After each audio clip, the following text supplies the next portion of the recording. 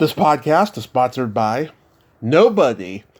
Hey dudes, welcome to Splat from the Past, the only 80s themed horror and sci-fi show where things can get totally radical.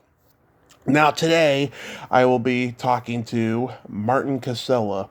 He's the guy who gets his face peeled off in the 1982 timeless classic Poltergeist. He will be my first official guest from that movie, celebrating its 40th anniversary. And he had been a production assistant on Spielberg's produced comedy Used Cars. He was Spielberg's assistant on Raiders of the Lost Ark. He also had roles in 6 Weeks, Heart Like a Wheel, RoboCop 2, and then he became a screenwriter and playwright. And we're going to talk about all of that stuff today. This is a real treat for me because I've been trying to get someone from Poltergeist for a while, but I came across Martin and I thought, hey, why not? It would have been great to get Jo Beth Williams, she is on social media, but not as often as you'd think. But it's going to be great to talk to Martin as it's the day before Halloween, and Halloween October will be over after tomorrow. Got a couple final shows to drop that are going to be just extraordinary for all of you to listen to. And this is one of them for today, on the 30th of October. So yeah, here is my interview with Martin Casella. They're here. Hello. Hey, Martin. Welcome to the show. How are you today? I'm very well today. Thank you very much. Yes. I've been away from LA for 2.5 months working, so I'm back home. It's nice to be home. Nice. There's no place like home, as they say. Yes. This is such a great honor. Thank you for taking the time today. No, it's a pleasure. Sounds like I'm joining a very interesting list of people. I checked out your site and other interviews. Thank you so much. Yes. So, going back in time, did you gravitate toward acting early on in your childhood? No. Actually, earlier in my childhood, I wrote more. I wrote funny little stories and poems and things like that. And local library here in Los Angeles, I got my poems published in a little booklet that came out. In the same way I did that in when I was in grammar school. And it wasn't until I got into junior high, and then I found the acting class, and anyone who's ever acted or had an acting class in school when you're a kid, that's the class where it's all the we sort of end up there. If you don't fit into sports or you don't fit into super top level academics or student government or anything, you end up in the junior high school acting class. And I was very lucky to have an amazing teacher in junior high, and also later I went to high school. I had a wonderful acting teacher in high school as well, and both of those people pushed me to keep doing it. And so like lots of other kids who had whatever it's called in school now, whether it's drama or play production or whatever, I did that for 3 years of junior high, or if people are listening in other parts of the country, middle school, and then years of high school. Yeah. Were there any particular writers that influenced you? Yes. I was a pretentious youngster. I completely gravitated toward F. Scott Fitzgerald, and I think we had to read, like in 6th grade, I think we had to read The Great Gatsby, and I loved that. I was one of those kids that escaped into novels and stories, any kind of thing like that. I loved Fitzgerald. And later on, as I got a little older, I loved the playwrights Eugene O'Neill, and I'm trying to think of the other guy's name. He wrote Hot L Baltimore and The 5th of July. It's escaping me for this moment. I'll figure it out by the time we circle back to it. But yeah, there were. I know that the world sort of, when I was growing up, the world broke hardcore Fitzgerald fan, and Right. I was the Fitzgerald guy. I loved all of his short stories, everything. And as I got a little older, I loved the novels of Edith Wharton. Mm-hmm. And then when I got away from reading novels, I gravitated toward nonfiction. And when I was in high school, just completely, utterly fell in love with Joan Didion. And I loved the way she wrote that. And I just loved that. There's kind of two California, I think, mentalities, and one of them is the sort of movie entertainment, Hollywood sort of writing, and the kind of that sparse, just beautiful, elegant writing that Joan Didion did that was always looking under the surface of what was going on. So those are writers that really, really influenced me. I still have a collection of books. And I was that strange kid that, always wanted books for its birthday and for Christmas. And I would write to some of my favorite authors, and they, life was very different when I was, a kid in junior high and high school in the late 60s and early 70s. I mean, people would write you back. I got a note back from Joan Didion.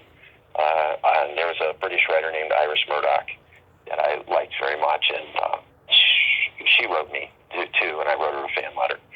And Dickens, I was a big fan of. I just love Dickens' storytelling. I love all the crazy characters. I love how he keeps you turning the pages as the story moves along. Yeah, there was no internet back then. I mean, people wrote back, and that's all you had was books and a couple channels on TV. It was a completely different world back then. Yeah, I mean, you talk. When I was a teacher for a while, I taught when I was in New York. I taught playwriting at a really special high school there, and my students just couldn't understand. They're like, "Well, what did you listen to music on?" I'm like, "Stereo hi-fi." They're like, "What's that?" I was like, "Couldn't you just listen onto your phone?" And I said, "Well, we didn't. You all are too young to remember. We didn't have smartphones until 2008, 2009." And they're like, "Well, couldn't you have listened to music on your computer at home?" And I said, "No, when I was a kid, a computer was the size of a room. So there were lots less things to listen to then, and even not that many radio stations. We didn't really even have FM radio stations for a while, and you just had AM, which mostly played pop music and local news. So there was a lot more time to read when I was a kid. You weren't inundated with, now you can just pick up your phone and read anything anywhere in the world. You can read newspapers or what we would call newspapers before, or magazines, and now are websites. There's nothing like it. I mean, a friend of mine always teases me, and he says you can just you have the entire world in your phone. You can carry around the world in your hand, and you get access to anything that you want or that you want to read. And life was not like that when I was a kid. You had to wait for it. You had to wait till the news. We had morning and afternoon newspapers. People who can't even deal with the idea of a newspaper. When I was a kid, we had the LA Times in the morning, and then late in the afternoon, the LA Herald Examiner you could go to the local market and pick it up. Around 5:30 in the afternoon. It seems incredible now, but there's also, if you try to talk to students now about, there was a time when we had 2 mail deliveries, and if you watch old English films or even old American films, somebody will say, "Well, I sent a letter by morning post," and sometimes they would get an answer back by late afternoon when the second mail delivery came. I find that all fascinating. I love that. I love things in the past, and then seeing how they change now. Where if I had to send a script to somebody before, I'd have to go get it printed somewhere, and then punch holes in it and go to the local stationery store and get brads to put into the scripts to close them, and then you have to go to the post office and mail them, and they charged you by how much it weighed, and the person wouldn't get the script for a week. And now you could press a button and they've got the script in their hand in 2 seconds. So yeah. I love all that. I just love how things change and develop, and the differences. I remember saying to my classroom once, to kids, and these kids were like super sophisticated kids and things. And a a lot of them loved movies.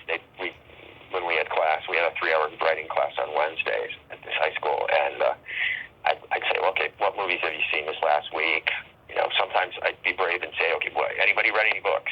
And sometimes they did, but they couldn't comprehend the idea. We were talking once about going to the movies, and I said, well, when I was a kid, we had double features. You'd go see 2 movies and a couple cartoons, and they would look at me, and one young lady went, why on earth would you want to go sit in a movie theater for 6 hours on a Saturday afternoon? I'm like, because there wasn't a whole else to do then. You know, if you weren't out at the park playing games or, you know, studying or something, or hanging with your friends, or, you know, you'd go to the movies.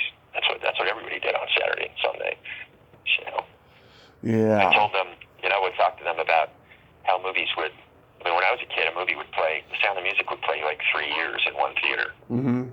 And they couldn't grasp that. They're like, well, you mean you couldn't watch it on your phone? I'm like, no, we didn't have those kind of phones. Yeah.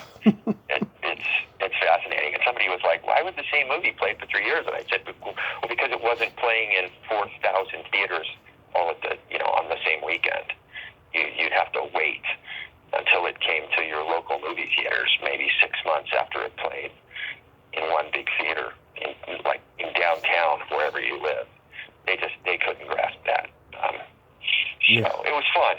I loved working with them, and they were incredibly smart. It was a wonderful school called the Harvey Milk High School in New York City, and it's a special school. It's a public school, but it's a special school for LGBTQ kids or at-risk kids.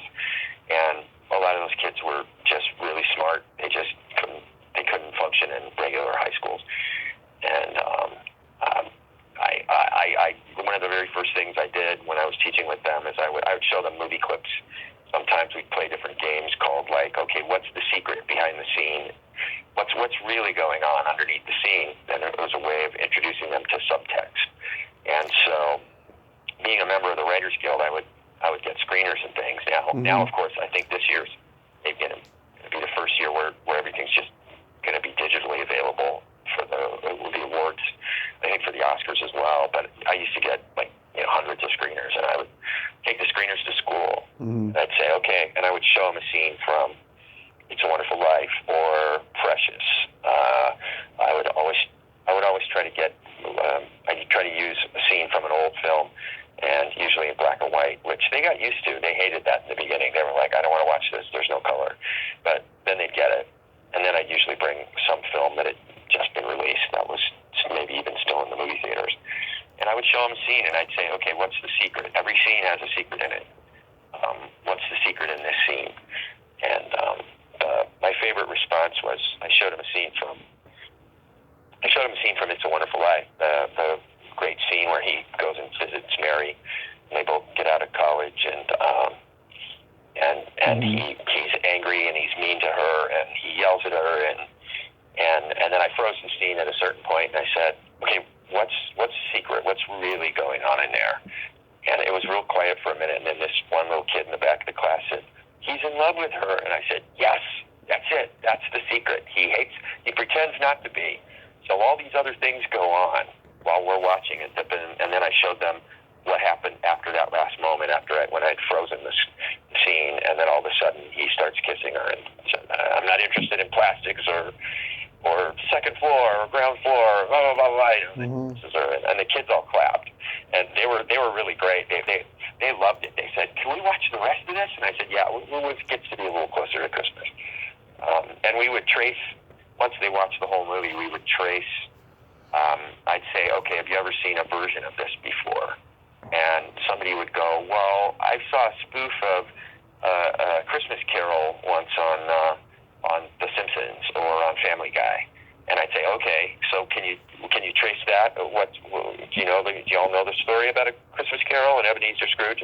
They said, and they'd all seen various versions of it on television shows that they'd watch, or they'd seen the Bill Murray movie, or there was another one. There's always a new Christmas Carol movie coming out. There's one coming out in a couple of weeks with Ryan Reynolds and somebody else. But the kids got that, and then I would show them, and I'd say, okay, well, now here's a scene from Family Guy that has the same pattern, the same story plot. And then I'd say, okay, and then over the years, people would do other versions, and I would show them It's a Wonderful Life and say, this is sort of a version of A Christmas Carol. It takes place on Christmas Eve, where somebody is forced to look at their life to see, in the case of Scrooge, it's to learn, you better change your ways. And in the case of It's a Wonderful Life, what the ghost showed him was, your life wasn't really so bad after all. And you get kids at a certain age, and they're so smart, especially high school kids, and they got it. They got it. And and the next thing we would do in the class is I'd say, okay, write a scene, and somebody on one side or the other of the scenes got a secret that they can't really tell anybody, and but don't ever give it away. No one's allowed to say it. You have to write around it. They were so confused by that in the beginning, and then all of a sudden, as soon as they grasped it, I said, that's called subtext. That's what's really going on in the scene. And they would just light up. And even kids that had some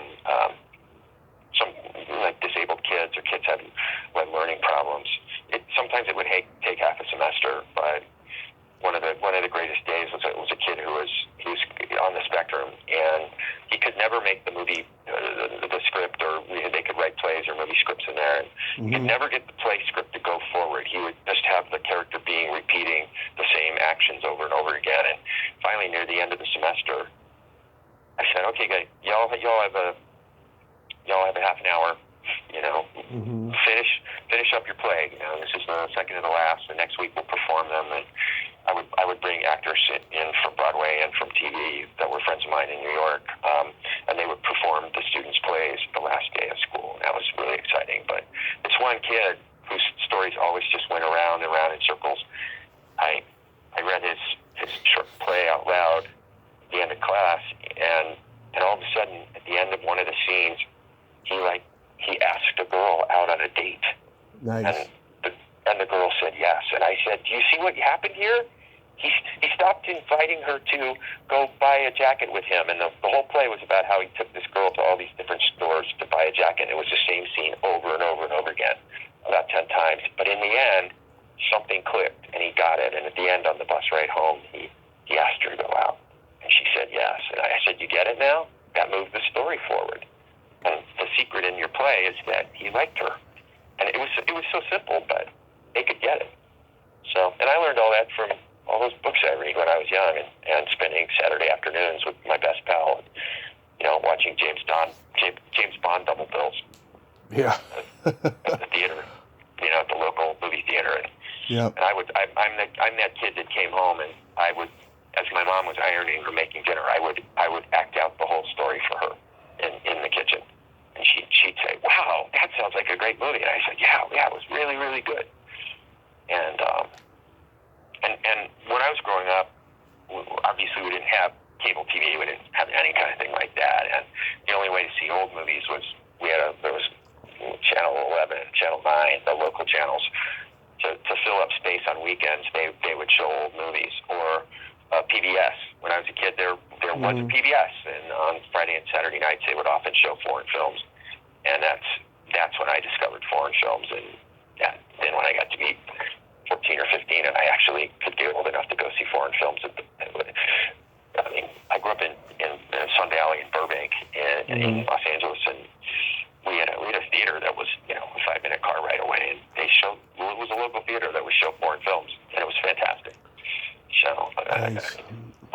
That's when I wanted to. That's a sort of long, way to say, I wanted to be an actor, but I'd always written stories in the meantime. So, and that's mostly what I do now. I'm a writer now. Right.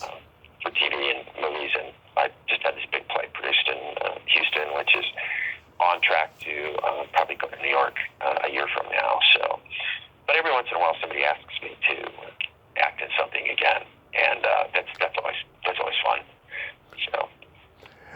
So how do you get to be production assistant on used cars? It goes back even further than that. When I graduated from college, I loved my first 3 years of college, and the last year was kind of rough. And when I finally graduated, I was like, I studied acting at a fancy acting school, at the Disney school, CalArts, California Institute of the Arts. And I had such a miserable time. I was like, I never want to do this again. I graduated when I was 17 and 21, and I was a kid, the kind of sheltered kid in the San Fernando Valley, and all I knew was I loved movies, and I somehow wanted to work in movies, and maybe wanted to be an actor, but I didn't want to do any of that when I graduated. And my dad said, well, you got to do something. And I said, yeah, that's a good point. And he had worked in films at that point for almost 30 years as transportation coordinator, and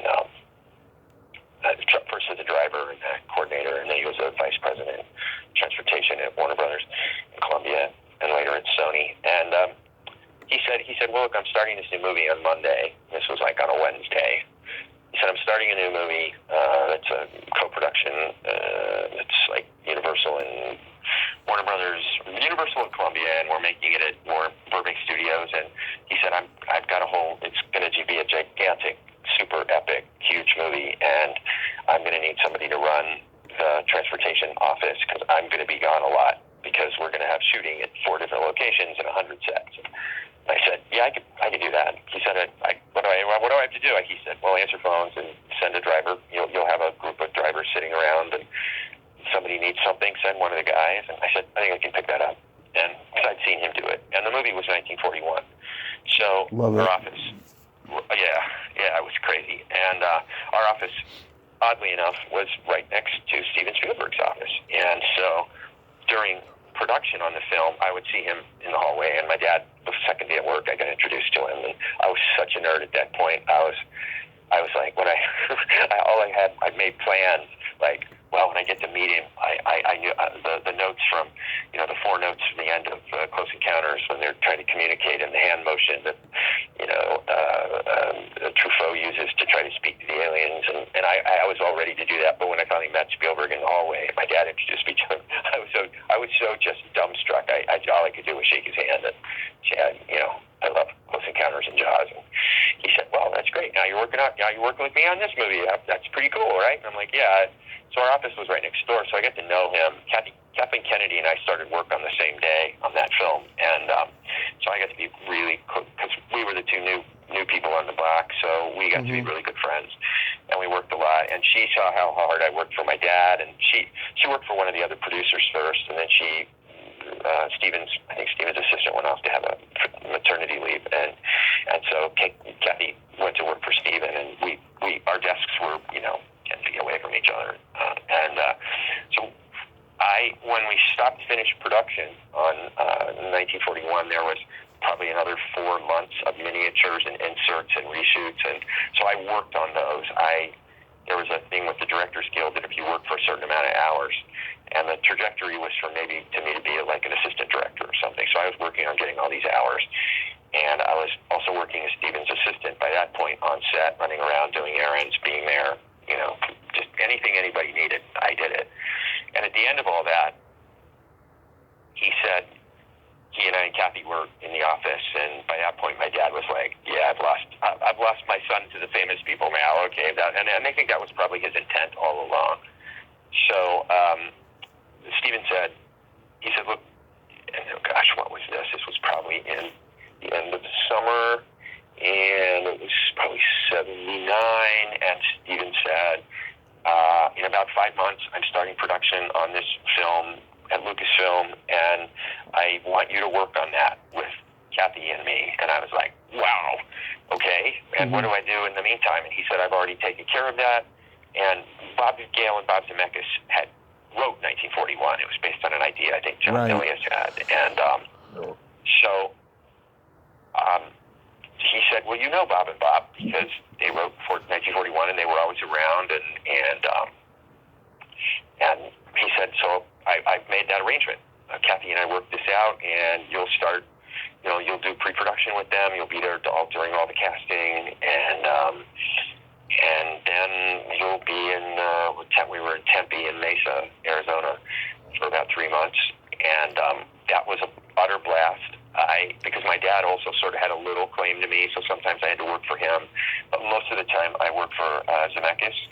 And on the very first day of work, after working with Steven for like 8 months, where I was, here, go do this, go do that, crazy stuff, nothing bad. It was the late 70s, and anything goes. It was pretty nuts in Hollywood then, and I was really happy because I had friends who were PAs and assistants, and Steven's a wonderful human being, and he still is, and I never had to do anything terrible like other production assistants did.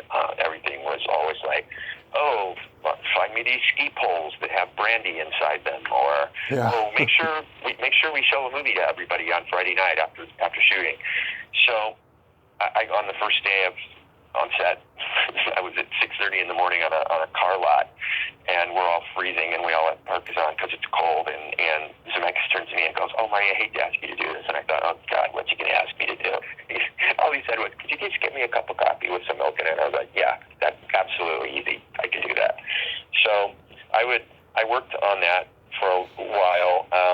I think Kurt Russell's maybe like 2 or 3 years older than I am, I think. And I maybe he's more, maybe he's about 5. And I just idolized him when I was a kid in all the Disney movies. And when I got to meet him, that was another person. Of all the people that I got to meet, I just couldn't even speak. I was like, "You were in the computer that wore tennis shoes, and oh my gosh!" And then we got to be good friends. And I worked on that, and we had a blast. And I mean, there was one night where I would be working for my dad during the day, kind of like helping with this, and then I would be on set with Zemeckis, and then we would do night shoots. And there was one night I basically had about, I think in the previous 24 hours, I think I had like maybe 3 hours of sleep, and they put me in the back seat of a car while Garrett Graham and Jack Warden drove around this neighborhood, and I was stuck in the back with a microphone, a pole, and I had a walkie-talkie because the pole car was in front of us, the car that was pulling the picture car around, and I had a walkie-talkie that they would say, "Okay, tell the guys action."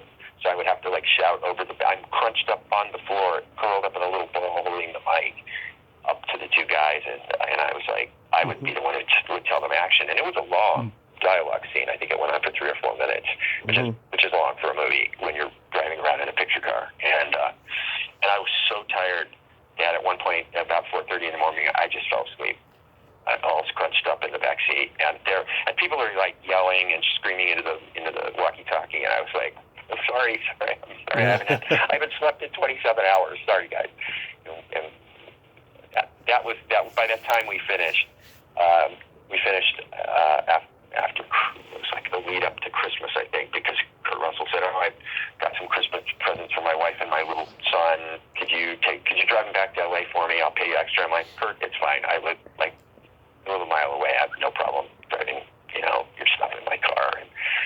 And when I got back to LA, I called Kathy Kennedy, and I just said, "Hi, I just got back. We're done shooting." She said, "Oh, I know, because Steven had produced these cars, and so they were often there on location with us." And Kathy's like, "Okay, we start Monday morning at 8:00 at Lucasfilm." And I'm like, I haven't had a break or a vacation at that point for probably 15 months. I barely even had days off. And I said, "Well, can I just have a couple days, to just get my life in order? Because I've been in Arizona for the last 3 months." And she said, "Well, we went out of our way to, we had all these other production assistants." And I was like, I got it. I'll be there. So, so without a break at all, I started at Lucasfilm when it was obviously in San Rafael by that point. Right. But our Lucasfilm was called the Egg Company, and it was, if you know LA at all, where the Red Line, the LA Metro Red Line is at Universal Studio across the street, where the entrance to the Red Line is. That used to be a beautiful, really beautiful old building from the 1920s.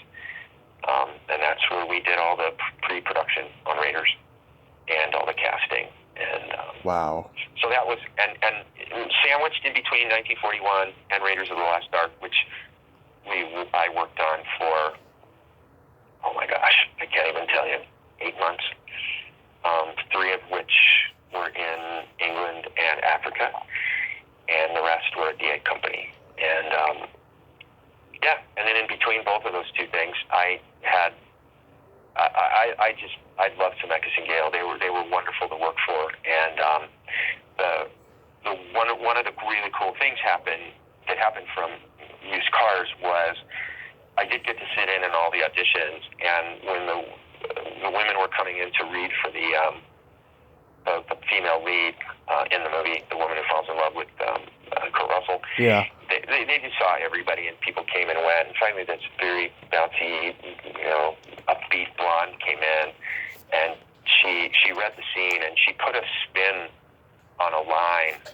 I think she said something to the Kurt Russell character like, "Relax, I'm from Wisconsin," and this actress really was from the Chicago area, so she knew the Wisconsin accent. So she said it with one, and I actually laughed. I mean, I couldn't make any noise because they were taping her, but I laughed. And then when we watched the video at the end of the day, and I just kept laughing.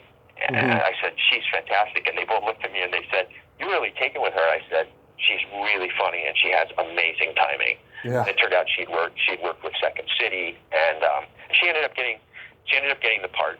And she and I got to be friends. And later on, when I stopped working for Spielberg, I got together with a bunch of people from CalArts that I'd gone to theater school with, and we created a theater company. And that actress, whose name is Deborah Harmon, she was in four of my plays on stage. Nice. And that was all because of getting to meet her on Used Cars. So. Wow. So when you were doing Raiders of the Lost Ark, I mean, was there any indication while you were there that this was going to be a special movie and it was going to be the biggest hit of all time? No, it was such hard work. It was so exhausting. It took. We thought. I mean, there's stories everybody knows, and there's stories people don't know. But I mean, obviously, most people know the Tom Selleck story. Which was he was the hottest actor on TV. George and Steven wanted him. Everybody wanted him. And I remember one of my jobs, as a PA, and on Raiders, it kills me now when I go to Marvel superhero movies and there's like 200 PAs. Because on Raiders, which was a gigantic movie, there were three of us. There was me, and I mostly was for Kathy, Frank Marshall, and Steven, and then there were two other guys that basically were these two guys were the entire PAs at Lucasfilm LA at the egg company. So it just makes me laugh now when I see like 150 names scroll by at the end of big giant movies now. But what happened was I mean, everybody knows the story. CBS wouldn't let him out of his contract, but the part of the story that I love was that back then we had to hand stamp with a stamp roller. Most people aren't even going to know what that is. It's kind of like a double feature or a record player. We had a little thing that you turned by hand and it would change a number. And because Lucasfilm was super, super top secret with everything, every single script that went out, every page had to be stamped with this red indelible ink. So if the script got out, we would always be able to trace it. And I had to keep a master list of every script and every number that went out. And when they were having the initial discussions from Tom Selleck, I got to go over to his house and meet him. I knew he was. I was too busy working. I didn't really ever see Magnum PI, but I knew who he was, obviously, and he was tall. And he's a very handsome guy, and he kind of opens the door, and there was nobody there. It was just him and his wife, I think, at the time. But I said, here's the script for Raiders, Mr. Selleck. I said, I'm parked out on the street. I'm told I have to be back in 2 hours, so you have 2 hours to read the script, and please obviously don't make a copy of it because there's numbers on every page. And he looked at me and he goes, "Yeah, I know. And I said, you can come out, or I'll come back in 2 hours, however you want to do it." And he was really funny. He came in like an hour and 40 minutes later. He knocked on the window of my car and he goes, "Here's the script back." I said, "Thank you very much." And we all thought he was going to do it, and then CBS wouldn't let him out of it, and we were pretty close to starting shooting. And George went, Harrison. What about Harrison? Mm-hmm. Well, and Steven goes, oh, that's a good idea. And it was like, oh, well, and George said something funny like, well, let me call him. And that was the story. What the story everybody doesn't know is that it took months and months and months to cast Marion. There was a point where on Monday mornings, I used to dread Monday mornings at the Egg Company because Steven would come in with a giant pile of fashion magazines it was unbelievable, and he would have the pages turned back and, like, certain people, models, or, women from, like, French Vogue, he would circle somebody on some page and go, oh, find out who her agent is, and we want to see it, find out. It was, Fenton and Feinberg, I think, did the casting for Raiders. I'm pretty sure they did. Or no, maybe it was Mary Selway. But they initially, when we were starting out, Steven was like, oh, I like this woman, find out who her agent is, and then call the casting director and have them. And it got to the point where it was just ridiculous. I would spend all day Monday trying, and of course back then, it was easier, but it was also harder, because I'd call and I'd go, hi, this is Marty from Steven Spielberg's office, and we're trying to figure out who the model is on page 49 of this month's Elle, and they'd either hang up or they'd go, oh, well, let me transfer you over to our agency department. And so, those were the kind of things that we did, and we had literally hundreds of actresses come in and read for that role. And Lucasfilm, everybody does this now, but the way Lucasfilm was set up back then, it was like 1980, they had a kitchen, and all of us were like, this is fantastic, and all the meals were catered, and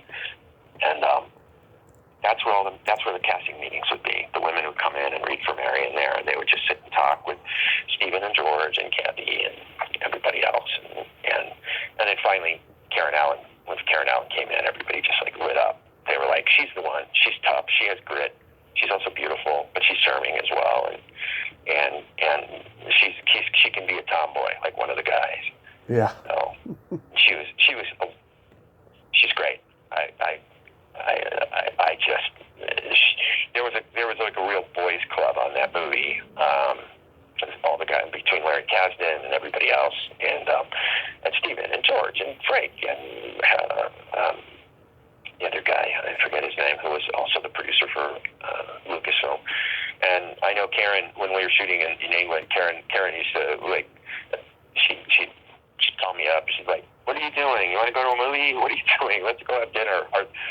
She would laugh and say things like, well, I'm betting all the guys are having dinner tonight. And I was like, yeah, basically. And Kathy Kennedy was the one in that group where she was always there with the guys, and poor Karen. So Karen was pretty cool. She and I got to hang out a lot in London and in Africa as well. So when we were there, nice. Raiders, nobody knew.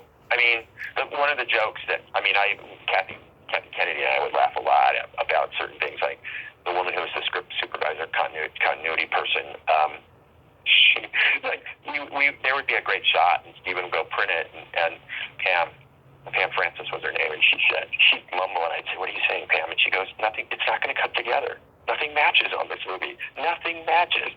And then when we would look at the dailies, Steven would go, oh, if they're looking at a cloud, then they're not even going to be watching the movie. It's going to go by so fast, no one's going to notice.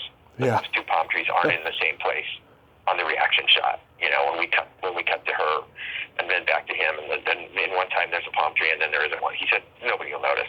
We noticed in the dailies because we would see the scenes, 45 times. But and no, I don't think anybody thought it. It was like this big giant overblown thing with all the toys and all those scenes with the blow darts and the giant rolling ball, and those were all shot on these massive sound stages in London, and it was just really, really hard work. And let's just say there were about 6 Americans there, including Karen Harrison, Michael Kahn, the editor, was there, Frank, Kathy, Steven, me, Howard Kazanjian, and George was there a lot. So there were probably 10 or so Americans, and everybody else was British. And the first day we got there, they learned which I read an interview the other day with an American who was shooting film recently in England, and apparently the rules are the same, which is you don't go into overtime unless the entire crew votes that you can do it. Yeah. And I thought maybe that was just 40 years ago. And I was reading an article with some really famous American actor, and he said, "Oh no, we were done at 5 o'clock." Yeah. And if one person voted no, you went home. It was 9 to 5. Except, some people get there a little earlier at 8 to start, but yeah. And Steven just couldn't get over the tea trolley that would come around at 4 o'clock in the afternoon, loaded with scones and biscuits and teas and cream teas and oh my gosh, it was nuts. We were working in the offices, and we'd all used to run over to the set at 4 o'clock because we knew the tea lady was going to be there. So it was, and all the stuff in Africa was just hard. Everybody got sick. I mean, Steven was the only one who didn't. That was because I had packed him trunks and trunks of canned food and soup and, stuff that he could eat. He knew we had him basically, Kathy and I had him trained. He was never to eat anything in the restaurant unless it was fully cooked and one of us was there with him because he just couldn't get sick. Yeah. He just couldn't. And later on, at the end of it, and when I left finally to go back to doing what I wanted to do, he and I, when I left, we had this great talk, and he's a very kind man, and he just said, he looked at me and he said, "I literally could not have done this without you." He said, "I'm the only one that did not get sick, and it was because I had 2 giant steamer trunks for a month that I ate soup out of on a little, I would had a little burner that I make soup for him, or he'd make it himself, and he, we had to keep him from eating salads. Anything that had to be washed, anything that was near water, he just couldn't have. But I said, "Look, we're going to go down to the restaurant. If there's something that's cooked, like a burger or with cheese on it that's cooked, yes, okay, you can do that." And he never got sick. I mean, Harrison did. That story is true. That's why he shoots that guy in the scene instead of fighting him. Yeah. Harrison was so sick that day he could barely stand up. So that's a classic moment. I mean, even my dad still talks about that to this day. Yeah. And the way Harrison kind of just rolls his eyes and shoots the guy. So it was hard. I don't know anybody. I think everybody just thought, what are they doing? And George Lucas had such good luck, obviously. I mean, Star Wars is based on Saturday afternoon serials at the movie theater, and that he grew up on, and Raiders is the same way. And back then, Raiders was so fast moving, you could barely catch your breath. And now a really good friend of mine, a couple weeks ago, she showed her 10-year-old the movie, and he goes, "This is boring. Nothing happens." And I was like, "What? Nothing happens?" Yeah, and I looked at him and I said, "Nothing happens?" He goes, "Yeah, nothing really happens. There's no special effects." I'm like, "Wait till the end." So I don't think anybody had an idea. Yeah, but then Spielberg brings you in for Poltergeist. Yeah, I quit working for him. I finally went, okay, well, it's been 3 years. I kind of maybe want to get back to acting and writing. I had written on 1941. I was there every morning at 6. Nobody else was there except 3 or 4 drivers, and there was nothing to do. So I started writing a play then. I'd written a couple other plays, and by the time we got back from England, I wrote one more, and a really good friend, and it was just I didn't want to be.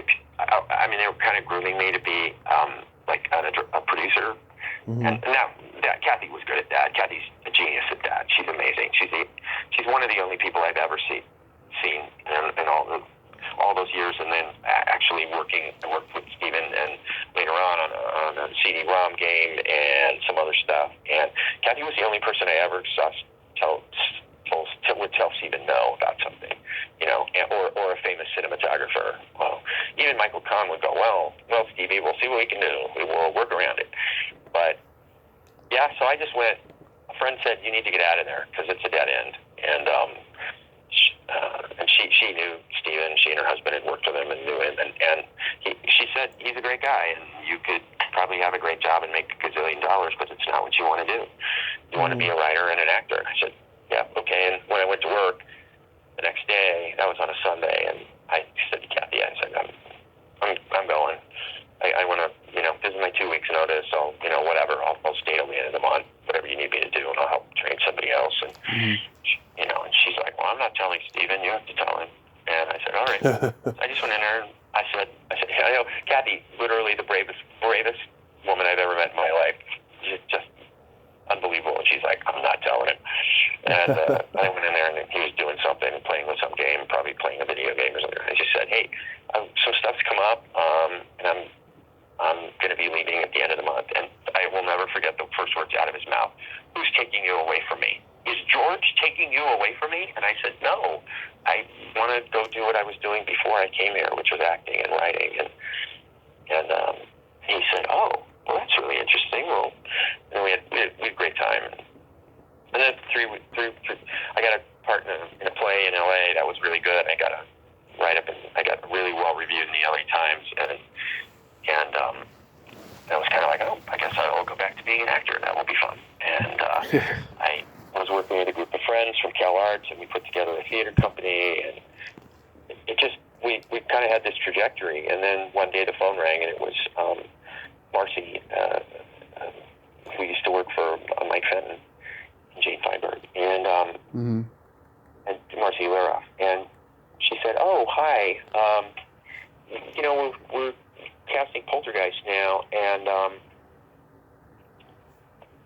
we don't have anybody to play this role. We couldn't find anybody. And I said, I know the script. I was there when it was being written, and so she said, well, Steven wants you to come in and read for it. He told Tobe Hooper about you. And I said, oh, that's unbelievable. And went to MGM, and they had cameras set up in a room. And I,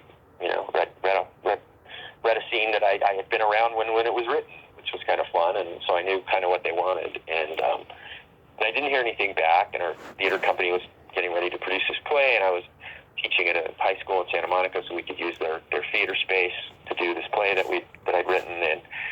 And out of the blue, got a call. I can't remember. It's something I can't remember who the call was from. It was probably Kathy, or maybe it might have been Frank Marshall's assistant, Kathy. And somebody said, there's a screening of Raiders on Friday night at Paramount, and there's going to only be about 10 or 12 people there, and Steven wants you there. Can you make it? And I was like, yes. What time? And they said, the screening's at 7. And I said, okay, I will be there. And I got there, and the place was completely empty. There were no cars. I got there a little early, and there were no cars, nobody, nothing. And I thought, I got the wrong night. I went to the wrong studio. What have I done? I ruined this wonderful evening. And then Steven's fancy Porsche came in the lot and whipped around a corner and pulled up. And we had before there was valet parking at Lucasfilm, he'd call the studio from his car phone and go, I'm on my way, I'm a block away. And I'd go out and meet him, and he would toss the keys to me, and I'd go park it in the lot while he went inside. So he got out of the Porsche in the parking lot, and he tossed the keys to me, and I said, I don't do that anymore. And he goes, apparently not. And I tossed the keys back to him, and I said, you can park it yourself, sir. I don't work for you anymore. And then we both had he laughed about that because he had a great sense of humor. And I said, is this the wrong place? Where is everybody? And he said, I asked them to, I wanted just you to be here for a couple minutes because I wanted to catch up. I've missed you. And by that point, I think it had been 5 months. And since I stopped working for him. And I said, well, so what's going on? He asked me what's going on. I said, well, I've been being an actor again. He said, yeah, I hear you're in a play. I saw the reviews. They're really great. Congratulations. And I said, thank you. And he said, I hear you're doing a movie. And I said, what? And he goes, yeah, you're doing a movie. You're doing one of my movies. And I said, what? And he said, yeah, we cast you. And I wanted to be the one to tell you. That's why I'm the only one here right now. And everybody else will be here in about 10 minutes. And I burst into tears and said, Steven, and he goes, I wanted to tell you because the movie you're about to see, this is kind of a thank you, and you were the best one who read for us. You were fantastic. He said, I never knew you were an actor like that. I would have put you in my, in the little roles in the other movie. So everybody showed up 20 minutes later, and Kathy had known all about it. And she gave me a hug, and she's like, we're so excited you're going to be in the movie. And I said, yeah, so am I, because I got my SAG card. I was later on, because it started shooting like I think a month later, and it wasn't like I didn't have to go somewhere and study to be a ghost hunter. Yeah. And it was great. So I had an actor's life. All of a sudden, I was at the old MGM studios shooting Poltergeist in the daytime, and we'd get off around 6, and then I would jump in my car, and I would drive over to Santa Monica, which isn't that far away, and we were rehearsing this play I was in. So, and then we were performing it at night, and it was great. It was like everything I'd ever dreamed of. I got to be in a movie with an Oscar winner, and I would, when they didn't need us, I would go to her dressing room and sit with Beatrice Straight. She would tell me stories about Broadway in the 1940s, and she won a Tony for this, and blah, blah, blah. And I asked her what it was like to work with Audrey Hepburn, and she was like, well, which picture? And, it was just amazing. And Joe Beth Williams and Craig T were really, really busy, and I didn't really have any scenes with Zelda. Yeah. I got to know her later on at parties and things, because Beatrice Straight had she's very old Hollywood, and she had these amazing Sunday brunches, and she lived in this castle in the Hollywood Hills, and she and her husband had been a big Broadway star. Would have these lovely Saturday afternoon luncheons for the cast and crew from Poltergeist, or her friends from she was doing I think she was doing some TV show after that, and we'd go there, and yeah, it was great. So, and I did it, and tried to get it. The movie came out, and a year later, and I was still teaching at that high school in Santa Monica, and I would come to class, and the kids would all go, "Rip off your face, rip off your face, rip off your face." I was like, okay, this is going to be my legacy. So, when we did the looping, I didn't know how it was going to look, because the other story, there's so many Poltergeist stories, but the one when the dummy, when I had to pull my face off, real, and that was a dummy, and I just said, no way, I'm not doing that. It was so expensive, that mannequin dummy that they made of me, because the eyes moved in the mouth and all that. I said, I'm not doing it. And I said, Steven, here's my ring, here's my watch, and they've got a shirt for you, because they could only do it once. And, and since I was kind of a newbie at that point and wasn't 100% sure on because it was a trick shot in a mirror, and I just said, I don't want to mess this up. And Steven was like, I'll gladly do that. And he got to be a stuntman for the day. And I think it was on the Blockbuster box. If you rented the movie at Blockbuster, it said, those are Steven Spielberg's hands. Oh, I didn't know that. Yes. Yeah, those were Steven's hands. And the fun part was that apparently when they cut the scene together 2 or 3 months later, it went too fast from me, looking regular old me with some little tiny makeup on, and then the lights would flash and pop, and there was scary music, and then they would cut to the dummy with Steven's hands pulling off the bits of flesh, and that was all like Jello and stuff, and they had hair blowers, at that, so it would all get goopy and melt, and then they called me and they were like, it doesn't cut together, so you have to come back and we have to do a reshoot, and you have to have a prosthetic put on your face, and that'll be all gloppy and filled with blood and red Caro syrup, and you're gonna have to be like in makeup for 3 hours, and we have 3 different outfits for you because we might have to do this more than once. I was in that makeup chair forever, and because they had to basically give me a false cheek and a false jawline so they could fill it with a blood pack, and I got there, and Frank Marshall was overseeing that shoot, and he looked around and he said to the makeup people, guys, did nobody tell you this was reflected in a mirror? You had it on the wrong side. So I had to go back upstairs. They had to literally wrap a towel around me so that none of the clothes got damaged, and they had to take everything off and then start all over again. So it was another 3 hours. And finally, when I got down there,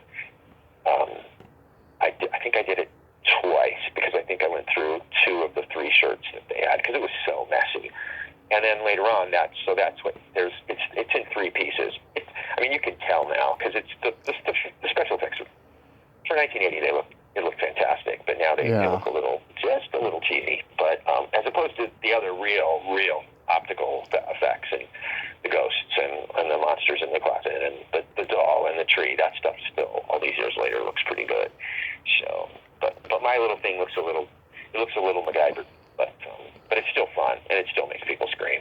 So. Oh yeah, I mean, this movie holds up really well. It's always had somewhat of a dark aura because of Dominique Dunne and Heather O'Rourke's death, and then of course Will Sampson in the sequel. You know, this was made at a time when horror was the bastard stepchild in the industry. You know. Exactly. Yeah. Yeah. Yeah. A couple years ago, Eli Roth did this great. I forget what channel it was on. Maybe it was on AMC or something, and it was sort of a history of horror films.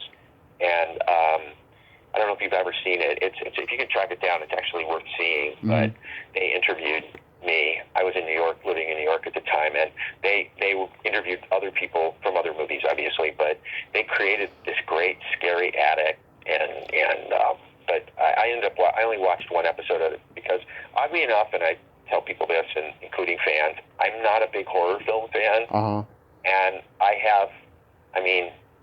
I'm like more old school, like The Omen and The Exorcist and The Fog, and I'm not like a big slasher movie fan or like gross out stuff. Right. And I have some fans who are like at the conventions and things and like, well, have you seen this? No, I have never seen that. No, I never saw Saw. I never saw Hostel. I never saw any of those kind of things. So, and I still have one fan who writes me occasionally on Messenger, Facebook Messenger, and he's like, well, I saw this really great movie, I Drink Your Blood. I said, no. I said, I saw the two Dark Shadows movies, like in the early 70s. And then I saw The Omen and The Exorcist, and both of them scared the crap out of me. And I don't like sharp optics. Yeah. I didn't watch Game of Thrones because I'm like, this is a period show. The only way they're going to be able to kill people if they don't choke them to death, or they're going to have to cut them up or slice them. And I just can't. I can't do that. So, but I like Rosemary's Baby. That's my kind of horror movie. And The Omen was, oh my gosh, I'd never seen a movie like that in my life when I saw The Omen. Yeah. Oh yeah. Yeah, I mean, because it had two giant Hollywood movie stars in it, like Oscar-winning movie stars in the damn thing, and those scenes where they would kill the people off, and it was timed. It was like every 10 minutes, and it was the pattern. It was the blueprint for everything that came afterwards.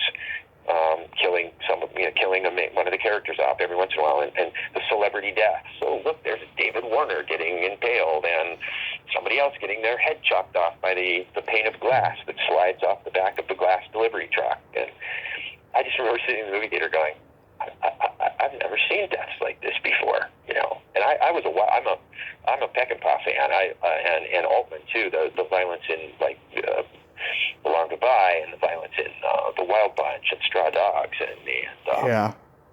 what movie with maybe the greatest movie title of all time, Bring Me the Head, of Alfredo Garcia. Yeah. I could watch all that, but I can't watch people snooping around. I mean, the original Alien, basically, I had to leave. I mean, I saw the whole movie, but I took my glasses off and I just put my head down because I don't like being scared. I think the world is divided into people who like being scared and people who don't. Yeah, as a huge horror fan, I have no issue with actors not being horror fans because I get it. It's a gig. But I have a huge problem with writers, producers, and directors getting into horror because I just think it's wrong to do horror just to make money, And plus, it'll show on screen that that's what you did it for, And it's just, it's not real. It's not authentic, Yeah. I mean, that's why it was so incredible to work with Tobe. And it was so funny because I'd known Tobe when I was still working with Spielberg, because Tobe came in because they were doing the pre-production for Poltergeist, and Tobe was just, oh my gosh, I know it's an overused expression when you call somebody a teddy bear. Yeah. I mean, he was so kind and so sweet and so funny. He had a little twinkle in his eye, and he was fantastic. And I prefer to stay out of the whole who directed it thing because honestly, Tobe directed a lot of. I mean, if you talk, it depends on to whom you speak in the cast. Everybody has, Zelda Rubinstein said, Steven directed it, and Jimmy Caron would go, no, it was Tobe, but Steven helped, and it was from a different time when it's sort of like from the 30s and 40s and 50s in studio films. They would bring another director in, or the producer would direct scenes, and Steven didn't come from that world, but he was very aware of it, and he was the producer of the movie, and he wrote it with Grace and Victor, but it was Steven's idea, and he kind of knew what he wanted sometimes. So there's obvious those push-ins, and I mean, that shot from Jaws, which, you know, it's the push-in, zoom back at the same time when Jo Beth runs down the hallway, so the door, she can never get to the door. That's the Jaws shot with Roy Scheider when he sees his kid in the water and they know the shark's in the water and they do the push back, pull in, and whatever. I mean, that's Steven. But you know, so I loved working with Tobe. He was just so kind and funny, and I'm a big fan of Brett Goldstein from Ted Lasso, and he has his own.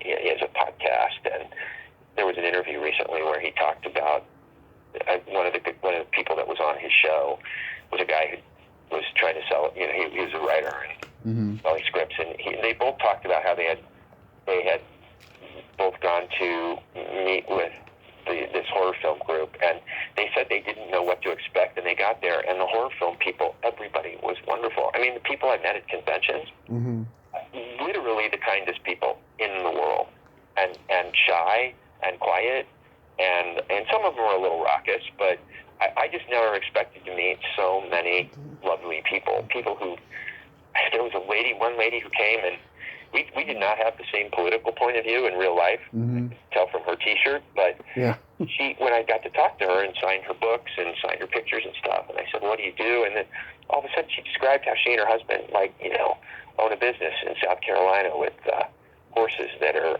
they used on children who are disabled and do therapy, and they run a business like that. And I was like, "You're serious?" And she goes, "Yeah, here's my card, and here's the booklet of what we do." And I said, "This is fantastic what you're doing." And yeah, I mean, you go to these conventions, and sometimes they dress up, and they, like looking like their bowels are spilling out of their bodies, or they're wearing crazy clothes. And then you sit and talk with them, and they're like, "This is the last movie I saw with my mom before she passed away." And I'm like, that's amazing. I mean, yeah, the horror film people, the real ones, not like you said, not the ones who are in it to make a buck, but I mean, Tobe was an artist, and a really good person, and that's the thing about Poltergeist. I haven't seen the new one, and all I know is that Steven was raised in a family of very strong women, which we're going to see very soon in The Fabelmans, and his mom and his three sisters. And when you look at Poltergeist, and I know that I've read about the sequel, and I've seen clips from it and stuff, and the thing about Poltergeist is that those women, every woman in that movie is strong. Whether it's Beatrice Straight, whether it's Zelda, whether it's Jo Beth, whether it's one of the two daughters, right? They're all tough. And it's a movie about a woman who literally goes to hell to save her daughter. Yep. And the women around her who help her when none of the men do. That, I mean, Richard Lawson and I'm kind of hapless, and end up with my Cheeto bag and leaving the house because the ghost bites me. And Richard's very good. The house likes Richard. Richard draws that great little drawing of the girl, but it's all the women who make things happen in that movie. Even Craig T. Nelson kind of stands back when she's the one who gets in the rope and climbs down into hell. So that's all Steven. Yeah. But on the set, so much of it was Tobe, and his innate goodness and kindness. It's ironic how Poltergeist became part of the zeitgeist, because real quick, Eddie Murphy was joking about it in his stand-up act, and there was an episode ahead of The Class where the little girl, Tanis Vallely, sees the movie, and then she's followed by a poltergeist, and then, the whole classroom gets, an earthquake, possession. Right. It was really, really scary. I mean, this movie had an effect on a lot of people. Yeah, I mean, I loved Mad Magazine growing up. I loved it, bought it every month, and loved all their movie spoofs. And I never dreamed in my life that I would ever be first of all, in a movie, and second of all, in a movie that was spoofed by Mad Magazine. And I have a copy of this. I kept that all these years. And it makes me laugh. It's really viciously mean toward the movie, and it makes me laugh. That Dominique Dunn's face keeps popping up every three little panels, going, "What's happening?" Yeah. And because she does that once near the end of the movie, which I always love that. She has the hickey on her neck, which I think was her idea, or Steven's, and but yet in the spoof in Mad Magazine, she pops up like every other frame, going, "What's happening?" Because that was how they made fun of it. And yeah, I mean, there's a Family Guy. I think there's a Simpsons one where they make fun of it. There's definitely a Family Guy one. Mm-hmm. People all the time send me a clip of Jim Carrey. Like he was on the Tonight Show or something. Yeah. And he did an imitation of me in the movie, and that was just you can Google it. It's there. It's out there somewhere. And I just never thought of that. I was like, wow, what? And it's funny because when my dad was alive, and I would see him, and he'd go, where are you going this weekend? I'm like, I'm going to Indianapolis to go to a convention, an autograph convention. And he's like, why? And I said, well, Poltergeist. He goes, no one's gonna ask for your autograph. I said, well, I think they are, Dad. Otherwise, they wouldn't pay me to buy my airplane ticket and fly me there and put me up in a hotel. And he goes, nah, I don't think, no. How much do they charge? You charge? And I'm like, $15. And I'm nothing. I'm like totally on the low bottom of the people who were there. They were really famous people. What's her name? Joan Collins was there. And the woman director who passed away a few years ago, Penny Marshall, was there. And I'm like, well, Billy D. Williams is there. Nobody's going to ask me, And my dad's like, well, we'll see when you get back. And when I came back, I had dinner with him, and he goes, how'd it go? I said, I made about $3,000. He said, what? I said, yeah, about 3,000. People were coming in there, because they put me at a table with Oliver Robbins, and so people could get, both of us were at the same table. So people were like, oh, I'll get both of your autographs. Yeah. They all love Ollie. Everybody loves Oliver. So, yeah, because he's funny now. He's almost 50, and he's you look at him and you go, it's the kid from the movie, but now he's 50, and he's just lovely and charming, and he talks to people and signs autographs all the time, and he's got like an autograph business now. So then you did 6 weeks. How was that experience? That was just a weird experience. And because I had to audition when I was teaching school. One of my students was Tony Bill's daughter, and she was great. And she said, and then my agent called and said, oh, we have we're casting this casting director. And you called, and she said, oh, we're casting this Tony Bill movie. Can you come in and read for it? It's a big part in the original script. It was a big part. It was Tony Bill's. I think in the movie, Dudley Moore's running for Senate or something, and I was his Senate campaign manager.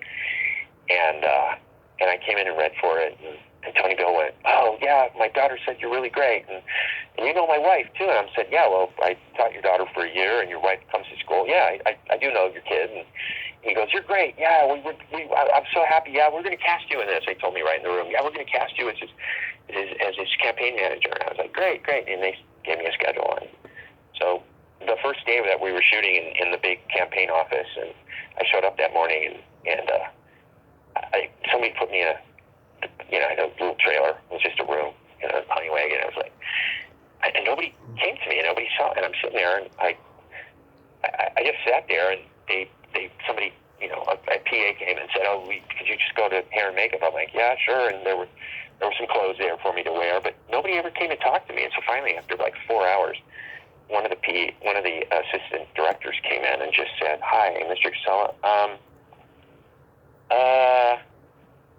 we have a little problem that we're over budget, and they cut your scenes last night, all of them except one.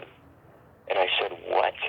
And he said, yeah, I'm really, really sorry. All that's left is we're so over budget, and he said, all that's left is you picking up a phone and handing it to Dudley Moore and going, here, it's for you. And part of me was sort of relieved, because I never liked memorizing lines, and I was never very good at it. I could do the acting part, but memorizing lines was hard.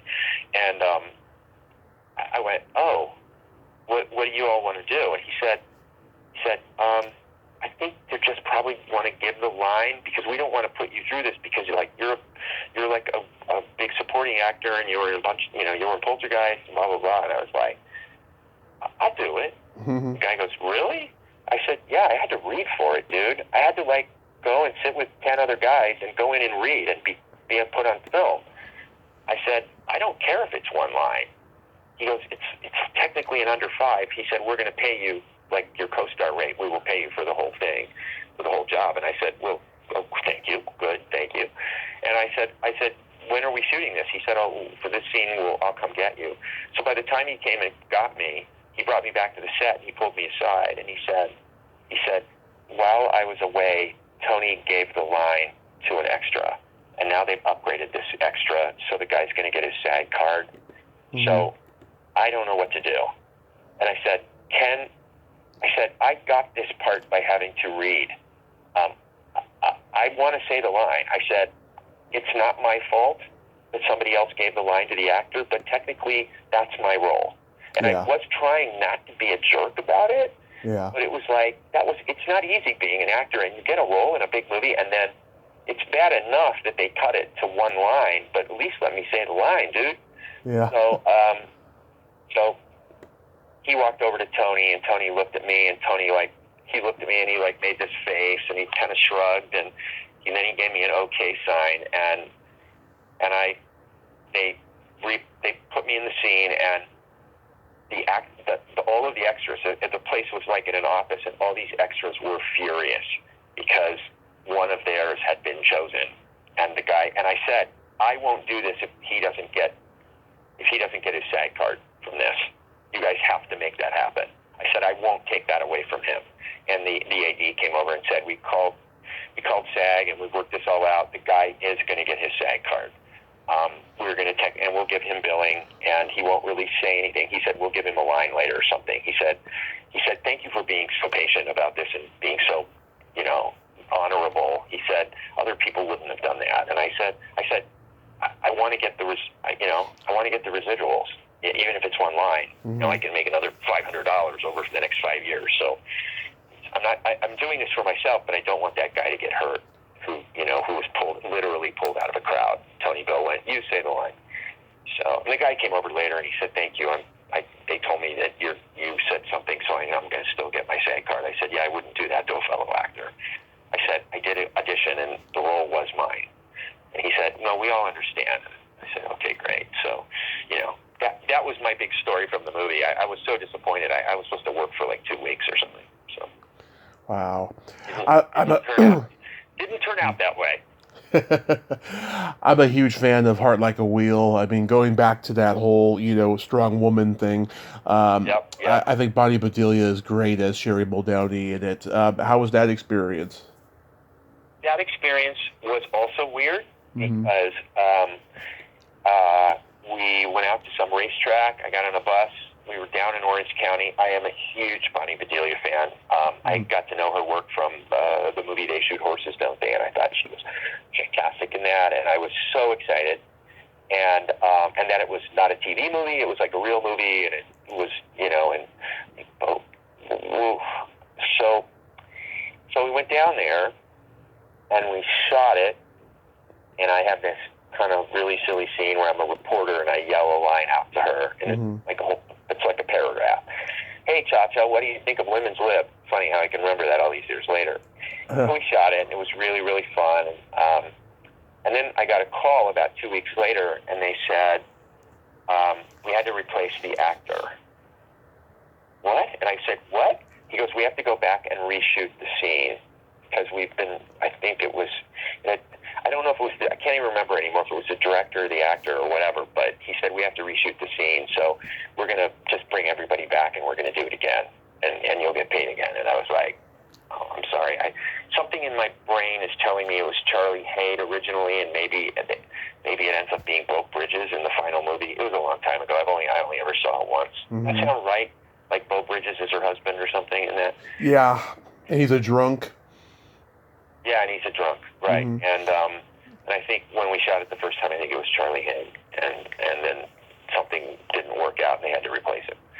So It's something like that. It was either the direct. It was like 2 days out of my life, and it was fun. And I just got to meet. When I got to meet Bonnie Bedelia, that was really cool. So. Do you remember doing the Disney TV movie Double Switch? You bet. That was so much fun. I love that. That was great. And what's his name? The actor. He was a rock star. He was a rock singer. Michael. Let me look that up for you. Yeah, you can look it up. Michael. He was like a big rock guy. George Newbern. I met him once. He's a total mensch. I love that guy. Yeah, he's great. He was like in the original Father of the Bride movies, right? Yes. Yeah, he was great. He was wonderful, and it was Michael DeBar, and I think he played. Oh yeah, Michael DeBar. Yeah, and I was a lawyer in a scene, so I got to work with George and Michael, and that was. I just remember that was a really fun day, and the thing that I loved most about that was that I have family in Australia, a lot of family members in Australia, and so when I went there, my family members arranged for me to take a trip through the outback, and I got to ride with a mail delivery guy all day for 16 hours, and we drove across the dingo thing, and we get emus and kangaroos chasing us. And the night before we did that trip, we were at a little tiny rest. It was a bar. It was a pub with rooms over it, and I was going to get picked up the next morning at 4:30. So my cousin, who brought me on all of this, we had to fly for like 4 hours out in the middle of the outback, and my cousin, who had set it all up, the night before it was going to happen, we had dinner in the pub, and I went to the men's room, and when I came back, they had like a twirling rack, like one of those revolving racks of VHS tapes. Right. And I always love looking to see what's there in a VH tape, and it Double Switch, right? Is that what it was? Yes, Double Switch. Right, that's the title. Right. I looked and I'm like, wait, Double Switch. They had and I'd never in America seen it on VHS, but they had a copy in Australia in literally a crossroads where two roads met, and there was a gas station and a pub with sleeping room in rooms upstairs. And they had a copy of it there in the middle of nowhere. And I was like dancing around showing my cousin going, I'm in this. So there's always, when you do the kind of stuff that I did where it's usually 1 or 2 days work, I mean, those were just fun. I mean, I get to do that movie, Taste of Scandal, I think, with Angie Dickinson, who I love that she's like 90 something now. I think she just turned 90 or 91. Right. And we got dragged off to some cemetery, and my role was cemetery guy, and all I had to do was like give exposition while we were walking through a graveyard, because she asked me a question about some murder victim, and I had to just basically, it was all exposition while we were shooting at like 9:30 in the morning, and I'm working with somebody who I just loved in movies and had only seen her in Dress to Kill recently, and was just blown away. And the director said, well, we're going to just do a rehearsal and we'll shoot the rehearsal. And what he didn't tell us was that he said, okay, now we've got the plane, we've got the boards here, and it's just going to be a tracking shot through the cemetery, beautiful early morning. And what they didn't tell us was that cemeteries have those holes for the flowers, and in the ground, and so there were all these open holes. And just before we started, Angie Dickinson turned to me and she said, just be aware, while you're saying your lines and we're walking and you're acting and the camera's following us, she said, be aware that there's holes. She said, I can't believe they didn't tell us this. She said, I just noticed it. So I said, okay, so I'm trying to remember this page of, the page of back and forth dialogue between the two of us, and I'm trying to act, and the director just said, I want you to be creepy and weird. And I'm like, okay. And he said, we'll see what we get. And so we did it, and we went through, and miraculously, neither of us fell in a hole. And we did the dialogue, and at the end, we walked off, and the camera stopped and watched us as, she walked me to my car or whatever, and the director yells, cut, print it. And I said, what? He goes, that was great. And Angie Dickinson turned to me, and she said, young man, you're a very good actor. And I said, thank you. She said, you just had all that stuff thrown at you, and you did the scene really, really well.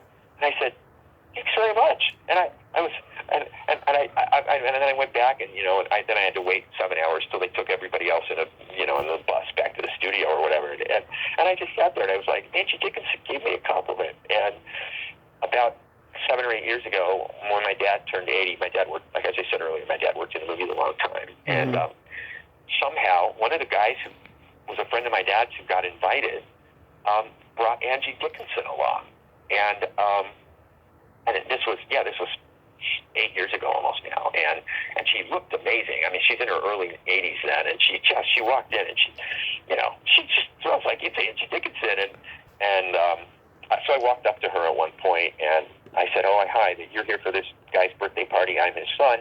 And she goes, "Oh, I worked with your dad on several westerns in the 60s. And I was like, "Well, that's so cool." She said, I'm happy to be here. And I said, "Well, I have a story for you, too." And I told her the story about that scene. And she looked at me and she said, "I remember." She said, "I remember everything."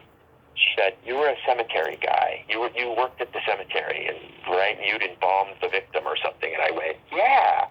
I said, "You remember that from all those years ago?" And she goes, "Honey," she said, "sometimes it just goes into your brain, and sometimes you remember it, and sometimes you don't."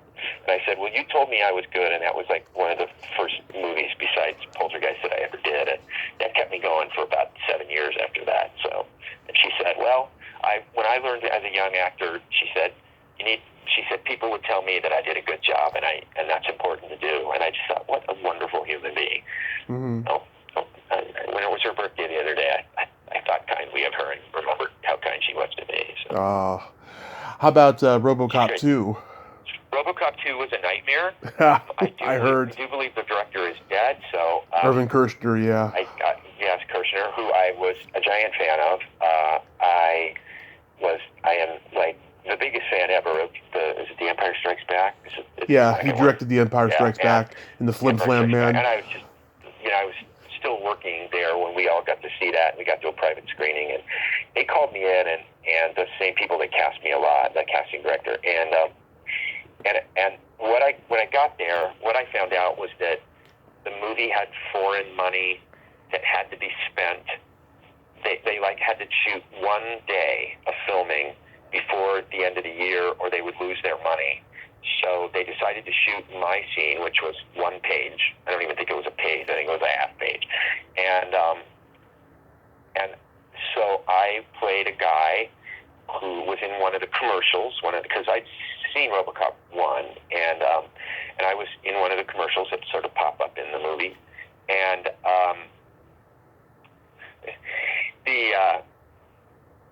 everybody was there, and everybody was kind of anxious and nervous because this was the only day they were going to shoot, and it was like December,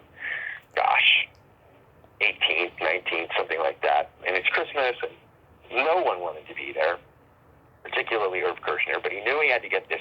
As long as they got this one scene in the can, then the money would be there in 12 days or whatever when they would shoot the rest of the movie in January, February. So, and it was complicated. It was a complicated thing, a scene, and I had to open a drawer. I'm astonished that actors can even do what they have to do. Some of the stuff I had to do in Poltergeist, it took 19 takes. And you're trying to act, and you're trying to go, okay, there's some continuity here, and I can't do too much because I have to do more later, and you don't want to blow your wad, and you want to do this, and you want to have an arc to your performance, and even if you're in one scene, and all I remember is there was a gun in a drawer, and there was a picture of my family, and then there was a pile, and I played a guy, and the whole point of my little scene was I had been given a big job at work, and I had finished it, and I had to overnight it to this company that was going to, it was $1 million deal or something, and it turned out that I had used the wrong overnight delivery service, and they had made up DHL, FedEx sort of thing, and it was fake. And I said, and that was a job, and that was one mistake I'll never make again. Mm-hmm. And I would reach into the desk, and I took out a gun, and I put the gun to the side of my head. And as I pulled the trigger, they panned around to a picture that they had faked of me and my wife and my kids, mm-hmm. my movie wife and kids. And then just as they started to pan away from me, you heard a gunshot. Yeah.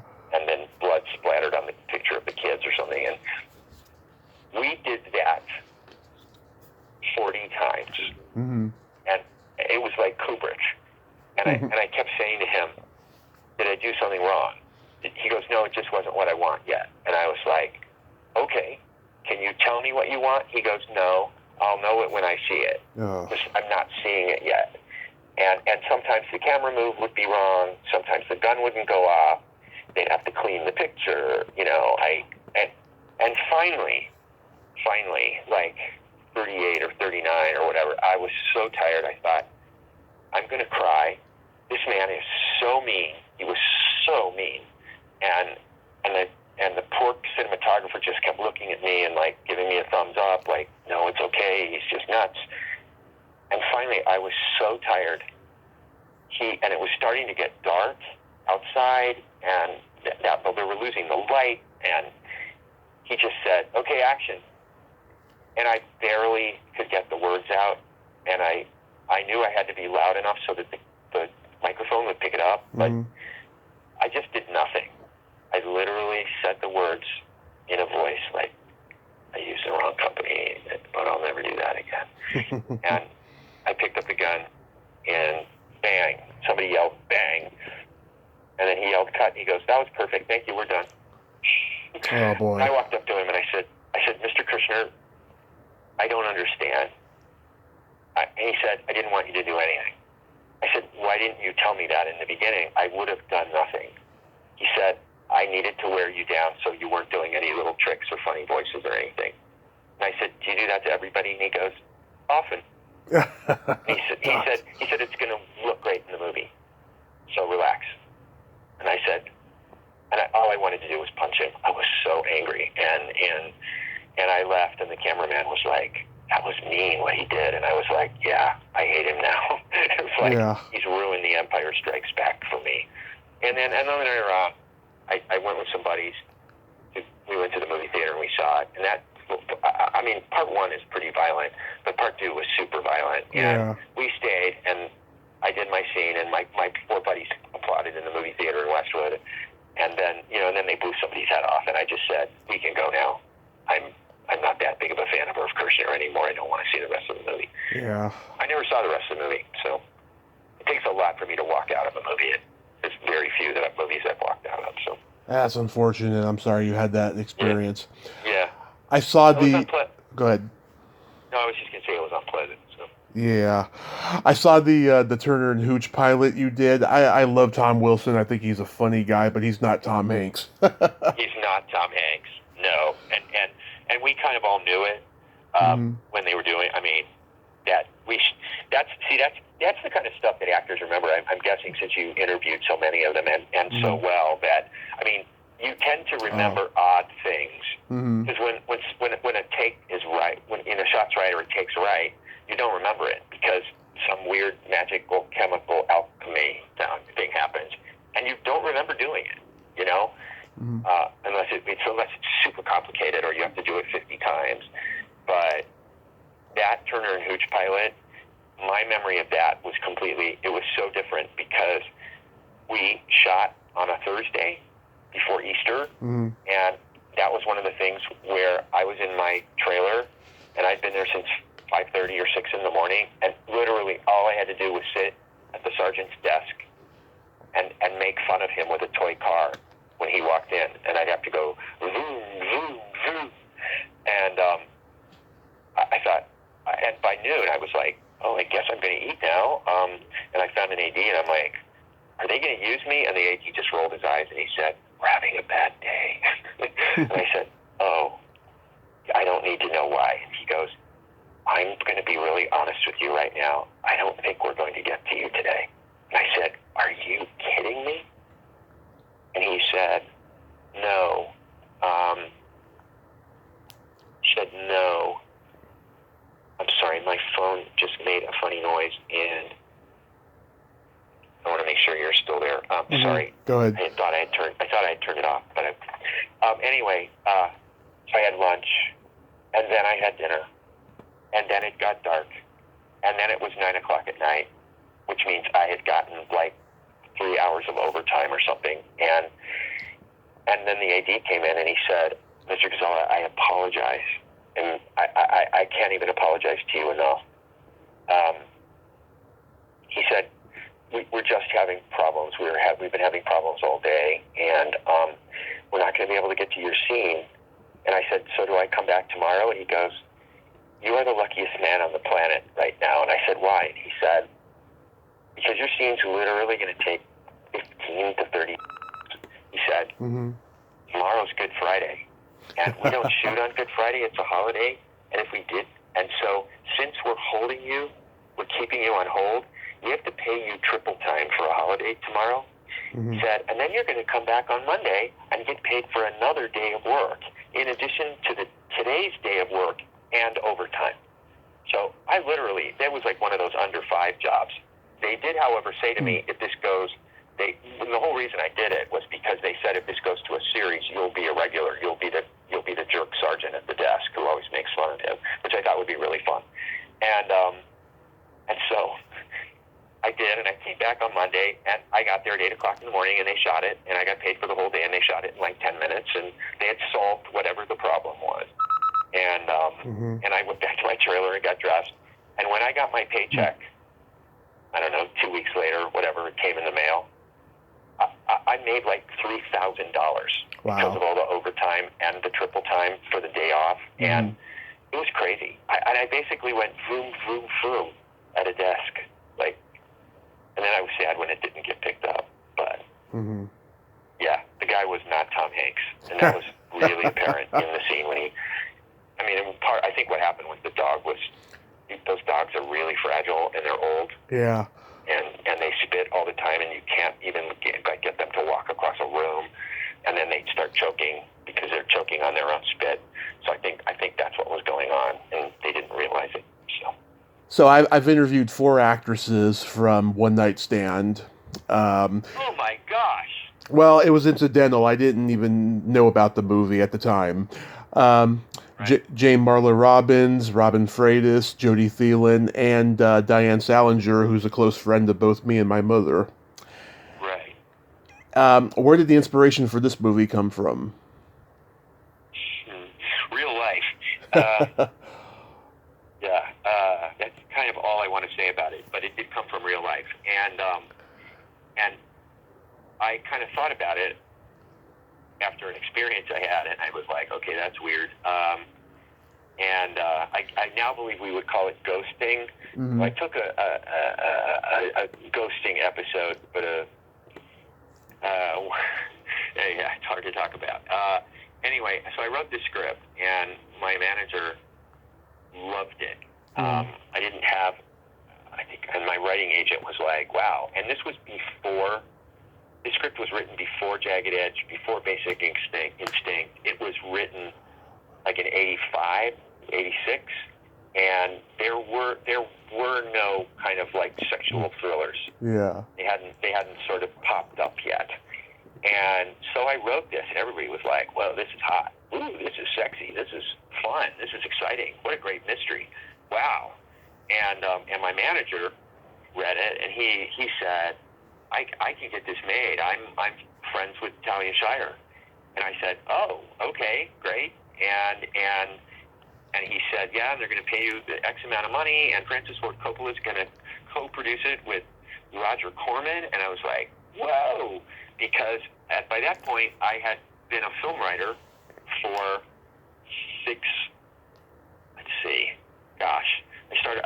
John Milius hired me to write a movie at Warner Brothers that never got made in like 83.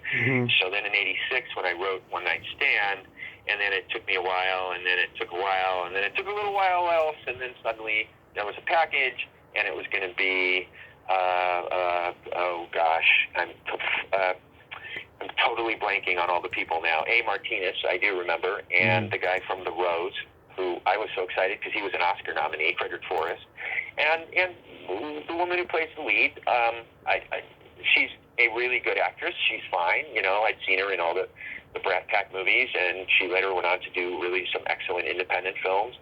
And I was very excited about everything. And I worked with Talia Shire on rewrites for over a year at her house. I got to know her husband, who produced the movie. Jack Schwartzman, wonderful guy. Mm-hmm. I do believe I met her son several times when he was 7 or 8, before he went on to be a giant big movie star who was wonderful. And and we did all this, and then I didn't hear anything for a long time, and then I got hired to write the book for a musical in New York, and I was back there a lot. And suddenly I got a call, and I was coming to L.A. for a meeting about something, and then my manager said, "Oh, they're shooting a scene. Talia would love to have you there." And I got there, and they were shooting a scene with Ali Sheedy and Frederick Forrest, and I kept going, something's not right about this. Wait a minute. And after about an hour, there was another meeting I was having about the Broadway thing I was doing, and I left, and I called my manager, and I just said, I was there, but I left. I don't want to hurt anybody's feelings. I just said that I had a meeting to go to, which I do. I said, I remember saying to him on the phone, I don't have a good feeling about this. And later on, I'm, you know, I'm a pretty upbeat guy with like lots of positive experiences, and I'm incredibly grateful for everything that's ever been done. But there are certain things that happen in Hollywood, and you just have to like roll with it. And the next thing I know, I was sent a copy of the finished script or something, and it no longer. But one of the reasons I work in theater a lot as a writer is because I'm pretty good with dialogue, and when I got a copy of the finished shooting script, all the dialogue had been rewritten by somebody that Talia Shire had brought in, a friend of hers.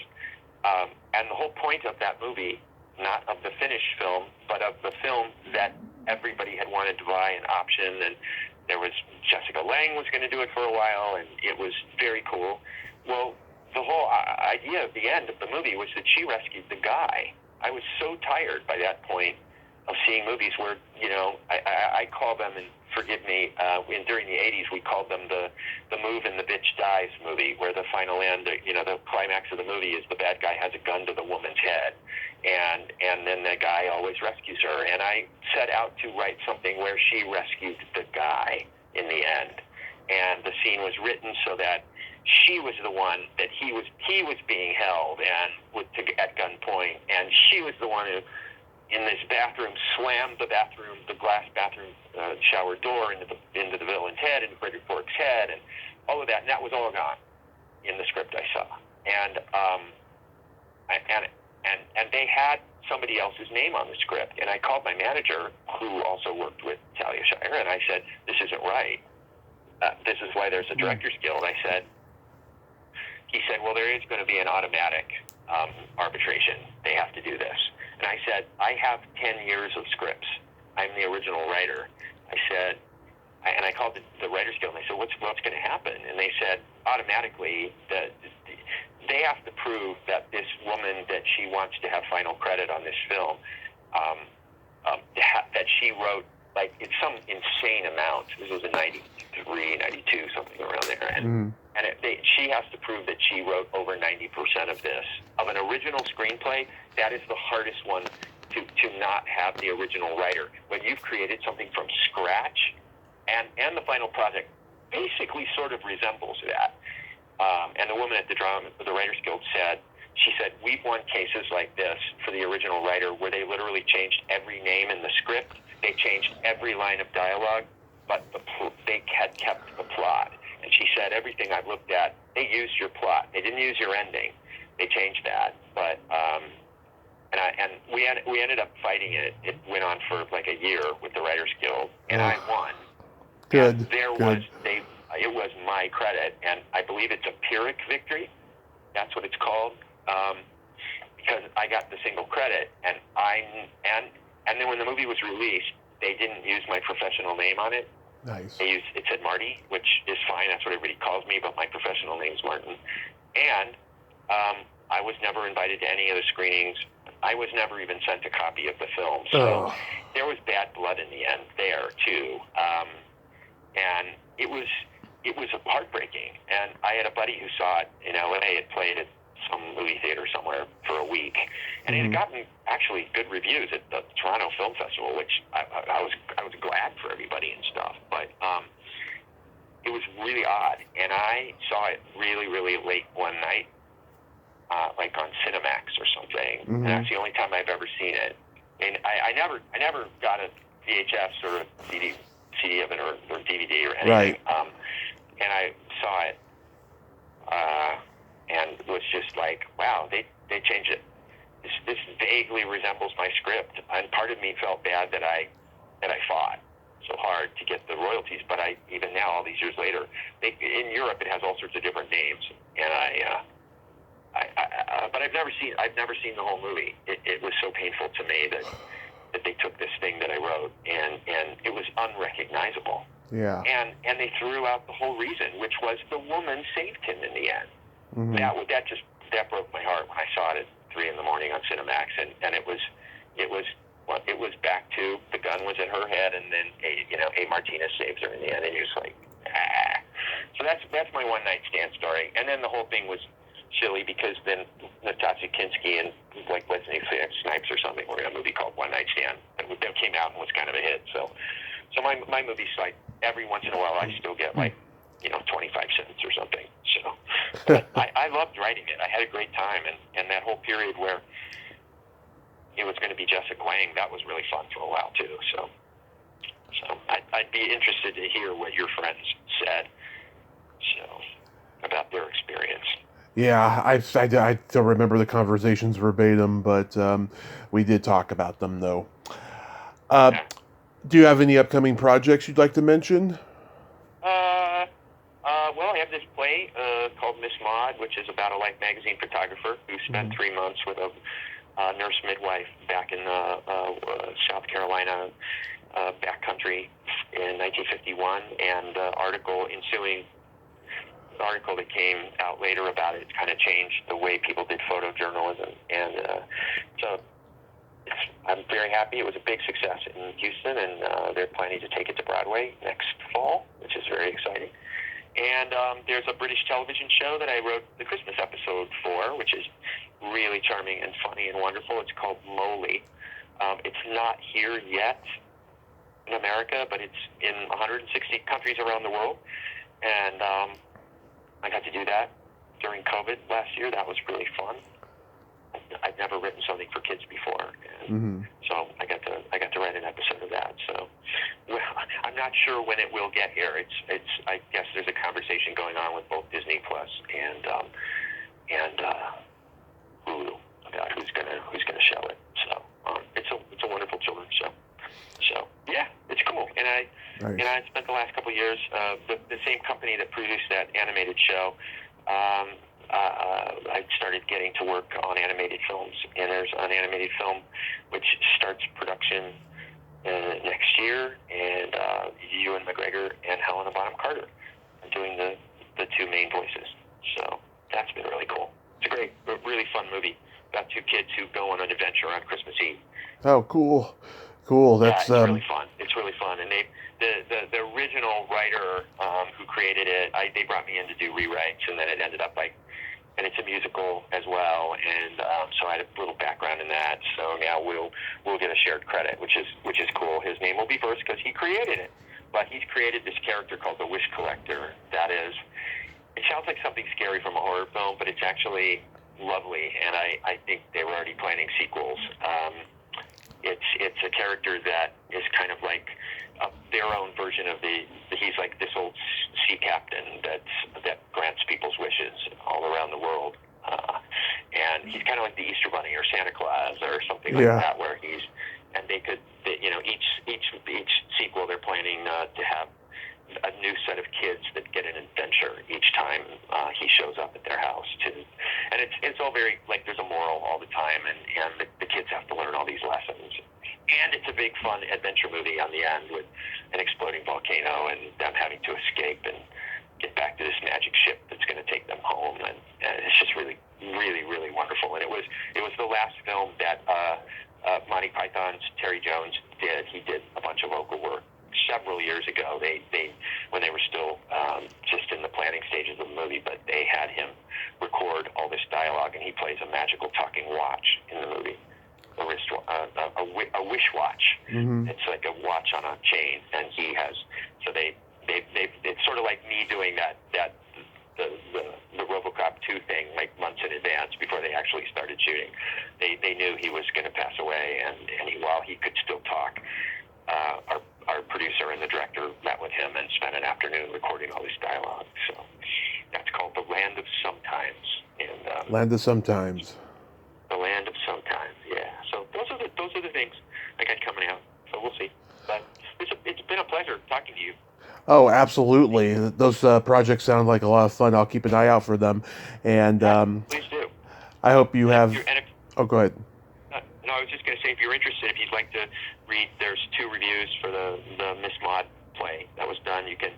One's in the Houston Chronicle, and the other one's in the Houston Press. You could probably I'd love for you to have a look at them and see some pictures from the show, because it was really, really, really wonderful. So it's called Miss Maud, like Miss America, but Miss Maud. That's the title character. So sure, it's a pleasure, Tommy. It's been wonderful to talk to you. Oh, likewise, and I hope you have a happy holiday season, happy Halloween, and just be safe out there and keep working hard.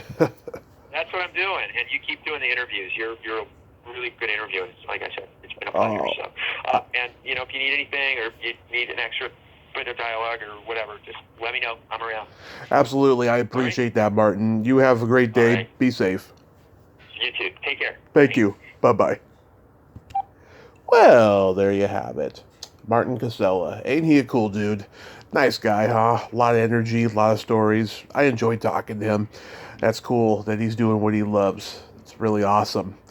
Well, until next time, this is Tommy Throwback Kovac saying there's no shame in living in the past because the present sucks. Later, dudes. They're here.